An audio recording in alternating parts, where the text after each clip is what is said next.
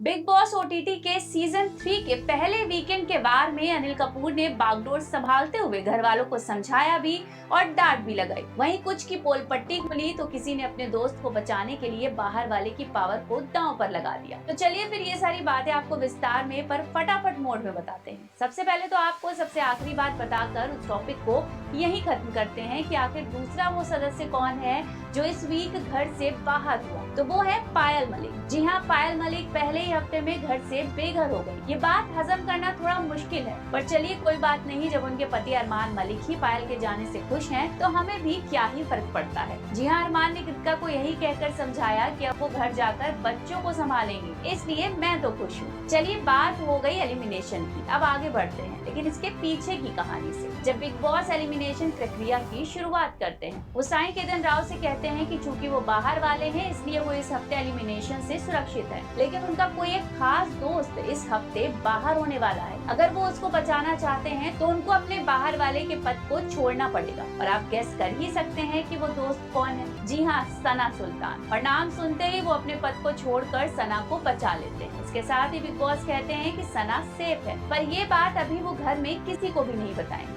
इसके बाद अनिल कपूर आते हैं और घर वालों को बताते हैं कि किसी बाहर वाले ने खुद पर कर्ज लेते हुए सना सुल्तान को बचा लिया है। इसी बीच नया बाहर वाला कौन है ये भी पता चलता है। हालांकि किसी घर वाले को ये पता नहीं होता है कि वो कौन है, लेकिन हम आपको बताएंगे कि इस बार बाहर वाला कौन बना है। जी हाँ, वो है लव कटारिया। इसके बाद शो में एंट्री होती है रैपर सिंगर रफ्तार की, और वो लेकर आते हैं एक नया बवाल। रफ्तार घर वालों और होस्ट अनिल कपूर को पॉलमी का एक वीडियो क्लिप दिखाते हैं, जिसमें वो बड़ा पाव गर्ल चंद्रिका पर बयान देती है कि वो शो में क्यों आ रही है बड़ा पाव बेचने, वो कैसे आ सकती। इस पर जब पॉलमी से सवाल किया जाता है तो वो सफाई देती हैं कि वो चंद्रिका को जानती ही नहीं थी। तब उन्होंने ये स्टेटमेंट दिया। अनिल कपूर ये कहते हुए पॉलमी को रोक देते हैं कि उन्हें इस बारे में अब उनसे कोई बात नहीं करनी। इसके बाद एक दो टास्क होते हैं जिसमें कंटेस्टेंट्स एक दूसरे के लिए अपने अपने मन में भरी भड़ास उस टास्क के जरिए निकालते हैं, और उसके बाद जो होता है ये तो जग जाहिर है। जी हाँ, इसके बाद हुआ युद्ध। अनिल कपूर जैसे ही ब्रेक लेते हैं, एक तरफ पॉलमी दास शिवानी कुमारी आपस में भिड़ जाती है